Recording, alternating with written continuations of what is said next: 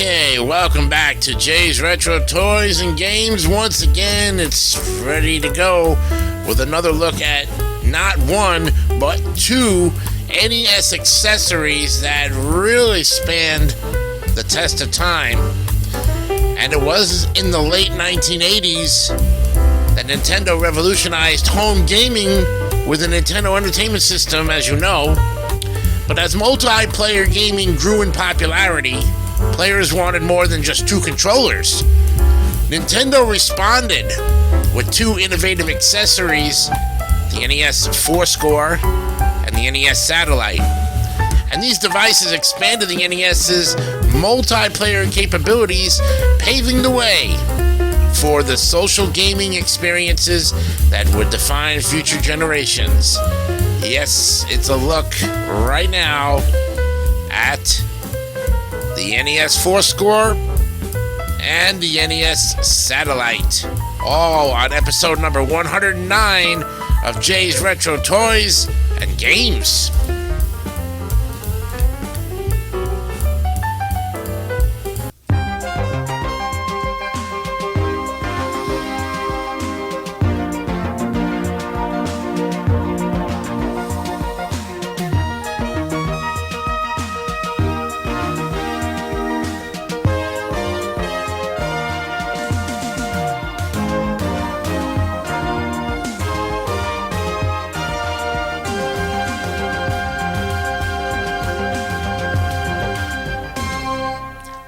It's Thursday, March 19, 2026. Episode number 109 is ready to go for Jay's Retro Toys and Games, and I'm your host, Jason Canio.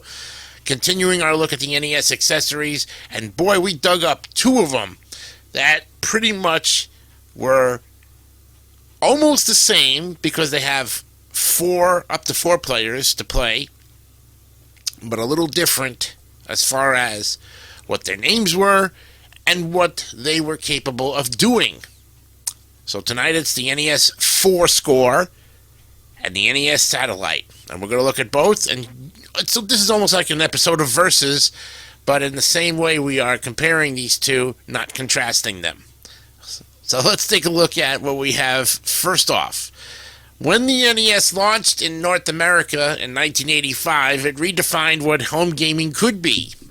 The console's two controller ports were perfect for head-to-head competition, but as the NES library grew, so did the desire for more players to join in. The late 1980s saw a cultural shift in gaming. Arcades were thriving, and multiplayer experiences were becoming the heart of gaming fun.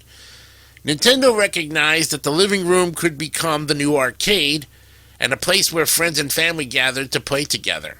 This vision led to the development of accessories that would expand the NES's capabilities beyond its original design. Then in 1989, Nintendo introduced the NES Satellite, a device that pushed the boundaries of what was possible for home consoles. The Satellite allowed up to four players to connect wirelessly to the NES using infrared technology. It consisted of two main components, a receiver that plugged into both controller ports on the console, and a transmitter that sat near the players. Now, the transmitter featured four controller ports, turbo buttons, and a sleek, futuristic design that reflected Nintendo's late 80s innovation. The NES Satellite was marketed as a way to free players from the clutter of cords and to make living room gaming more comfortable. Players could sit up to 15 feet away from the console, provided there was a clear line of sight between the transmitter and receiver. This requirement sometimes caused interruptions, but the concept was groundbreaking.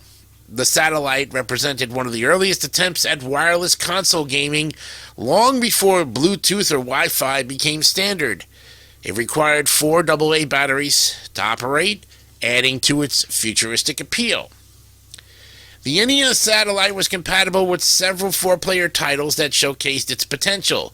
Games like Super Off-Road, Gauntlet 2, and Nintendo World Cup became instant favorites among groups of friends. The turbo buttons added a new layer of excitement, allowing players to unleash rapid-fire attacks and action games. The device turned living rooms into arenas of friendly competition where laughter and rivalry filled the air. And although the infrared technology had its quirks, the satellite's ability to bring people together made it a memorable part of NES history. But then in 1990, Nintendo refined its multiplayer vision with the release of the NES Four Score. Now, this compact wire adapter plugged directly into both controller ports on the NES and provided 4 inputs for controllers. And it also featured a switch that allowed players to toggle between 2-player and 4-player modes, ensuring compatibility with all NES games. The Fourscore's design was simple, reliable, and effective. It eliminated the need for batteries and avoided the signal issues that sometimes plagued the Satellite. The Fourscore quickly became a household favorite. It was compatible with a growing library of 4-player titles including RC Pro-Am 2, Super Spike V-Ball, and Nintendo World Cup. The turbo buttons gave players the same rapid-fire advantage that had become a fan favorite, and the Fourscore's reliability and ease of use made it the go-to accessory for families and friends who loved multiplayer gaming.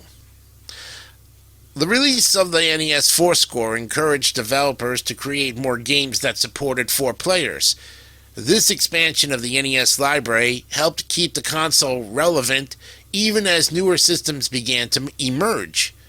Developers saw the potential for party-style games that could bring people together, and Nintendo's accessory made that possible. The Fourscore became a symbol of NES's adaptability and longevity, proving that the console could evolve with the times.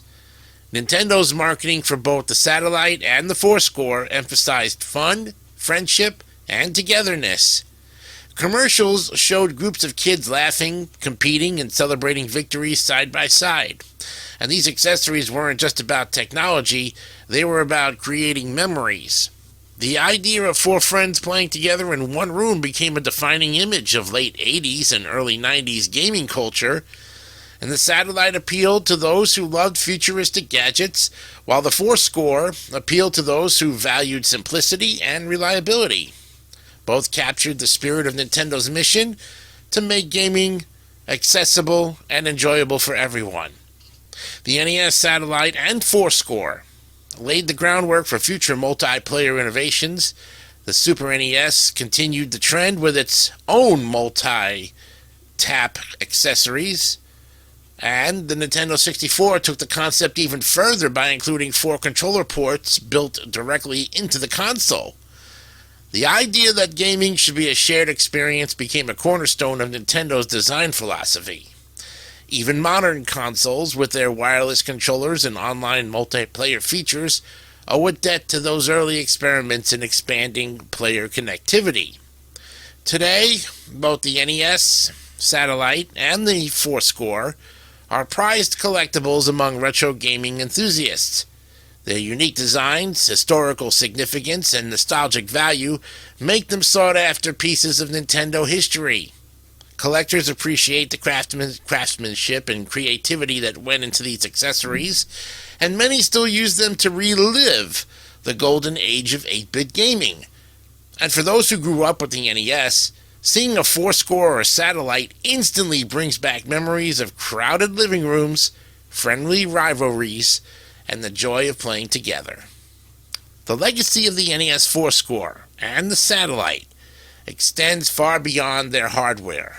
They represent a philosophy that continues to define gaming today, the belief that games are best enjoyed together, and whether through local co-op, online play, or party games, the spirit of multiplayer fun that began with these accessories lives on. Nintendo's early commitment to social gaming helped shape an entire industry, influencing how players connect and share experiences across generations. The Fourscore and the Satellite were more than just accessories. They were milestones in the evolution of multiplayer gaming.